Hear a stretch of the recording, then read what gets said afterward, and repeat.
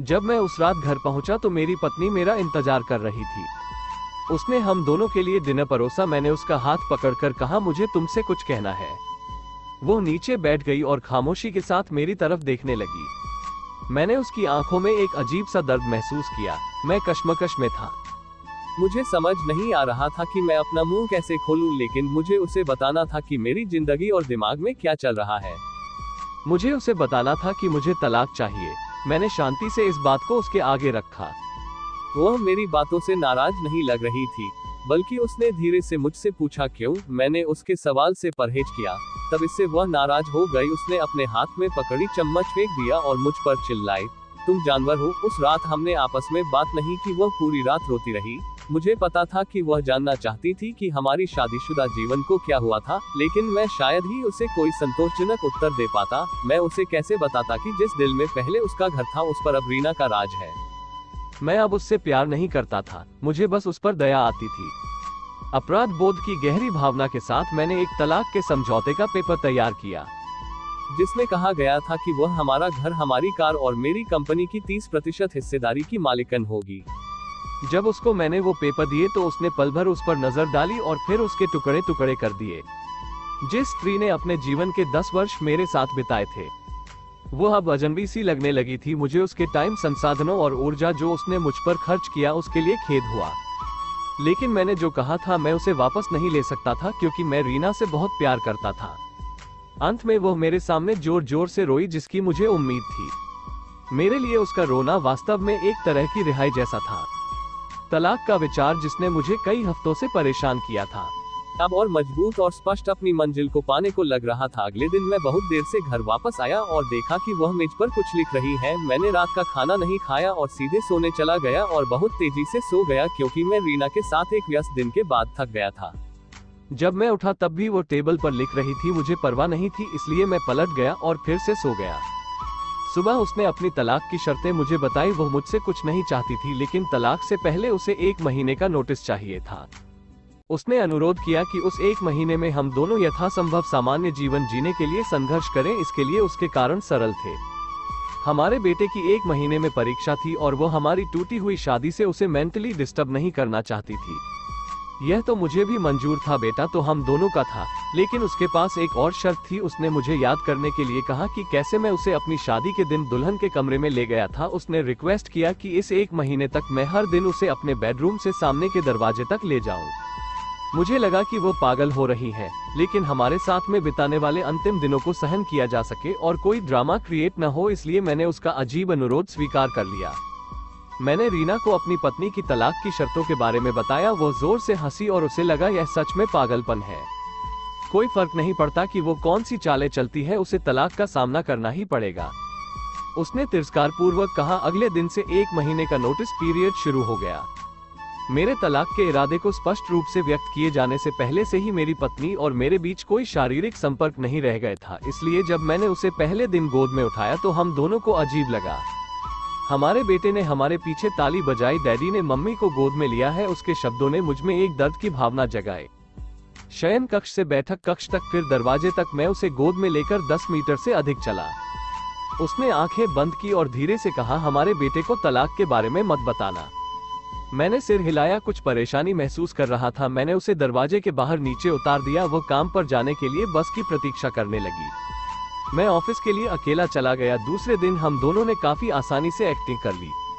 वो मेरे सीने पर झुक गई। मैं उसके ब्लाउज की खुशबू सूंघ सकता था।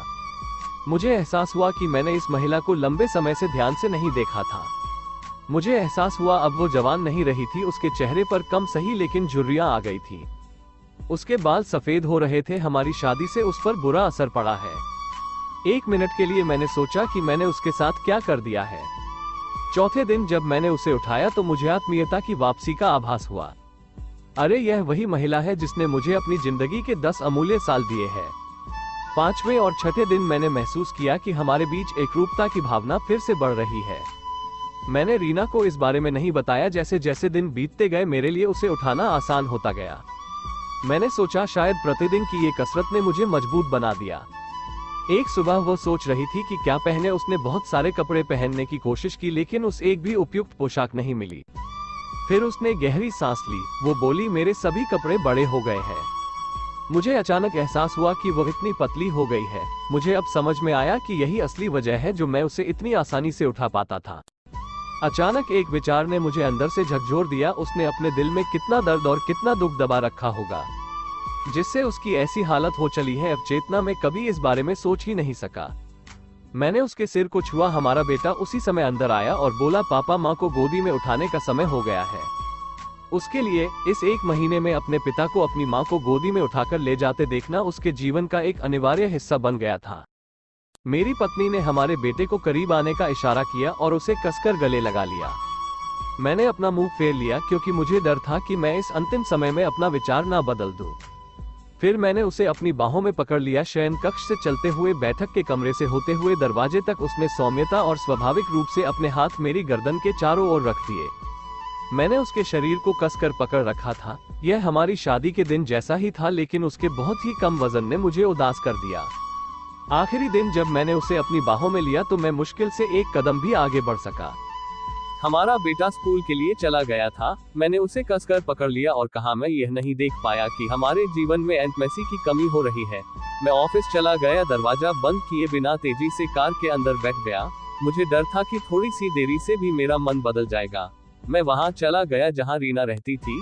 रीना ने दरवाजा खोला और मैंने उससे कहा, सॉरी रीना, मैं अपनी पत्नी को अब तलाक नहीं दे पाऊंगा। उसने मुझे आश्चर्य से देखा। वो अचंभे में थी और फिर मेरे माथे को छुआ। क्या तुमको बुखार है? उसने पूछा। मैंने अपने सिर से उसका हाथ हटा दिया। सॉरी रीना, मैंने कहा, मैं तलाक नहीं लूंगा।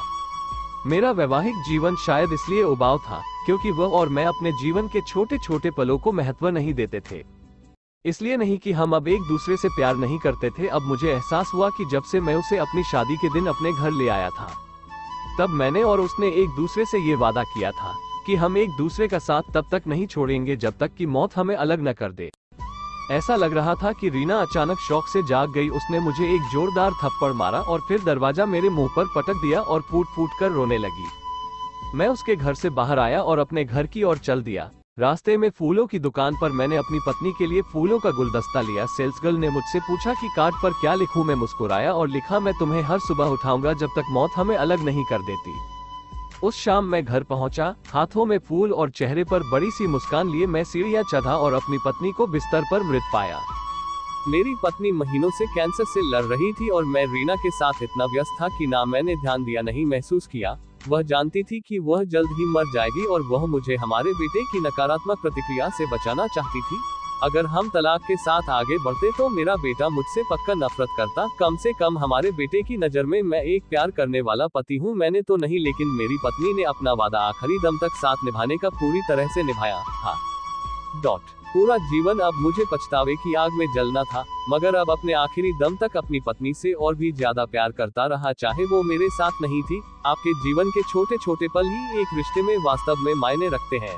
यह हवेली, कार, संपत्ति, बैंक का पैसा नहीं है। ये खुशी के लिए अनुकूल माहौल बनाते हैं, लेकिन अपने आप में खुशी नहीं दे सकते। इसलिए अपने जीवन साथी के दोस्त बनने के लिए समय निकालें और एक दूसरे के लिए वो छोटे छोटे काम करें जो नवीनता पैदा करते हैं। एक वास्तविक सुखी विवाहित जीवन जिए।